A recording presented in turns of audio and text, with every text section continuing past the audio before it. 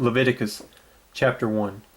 And the Lord called unto Moses, and spake unto him out of the tabernacle of the congregation, saying, Speak unto the children of Israel, and say unto them, If any man of you bring an offering unto the Lord, ye shall bring your offering of the cattle, even of the herd, and of the flock.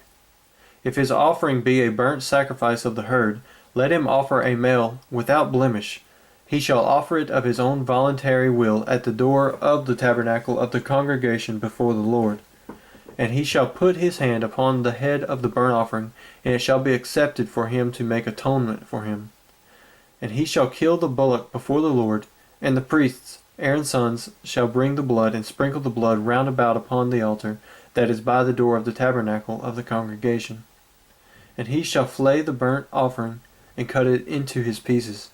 And the sons of Aaron, the priest, shall put fire upon the altar, and lay the wood in order upon the fire. And the priests, Aaron's sons, shall lay the parts, the head and the fat, in order upon the wood that is on the fire which is upon the altar. But his inwards and his legs shall he wash in the water, and the priest shall burn all on the altar to be a burnt sacrifice, an offering made by fire of the sweet savour unto the Lord. And if his offering be of the flocks, namely of the sheep or of the goats for a burnt sacrifice, he shall bring it a male without blemish, and he shall kill it on the side of the altar northward before the Lord, and the priests, Aaron's sons, shall sprinkle his blood round about upon the altar.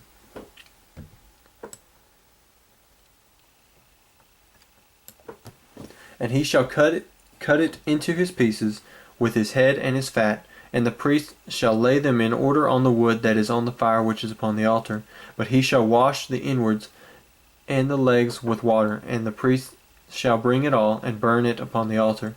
It is a burnt sacrifice, an offering made by fire, of a sweet savour unto the Lord.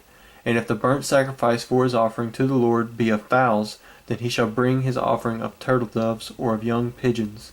And the priest shall bring it unto the altar, and wring off his head, and burn it on the altar, and the blood thereof shall be wrung out at the side of the altar. And he shall pluck away his crop with his feathers, and cast it beside the altar on the east part, by the place of the ashes.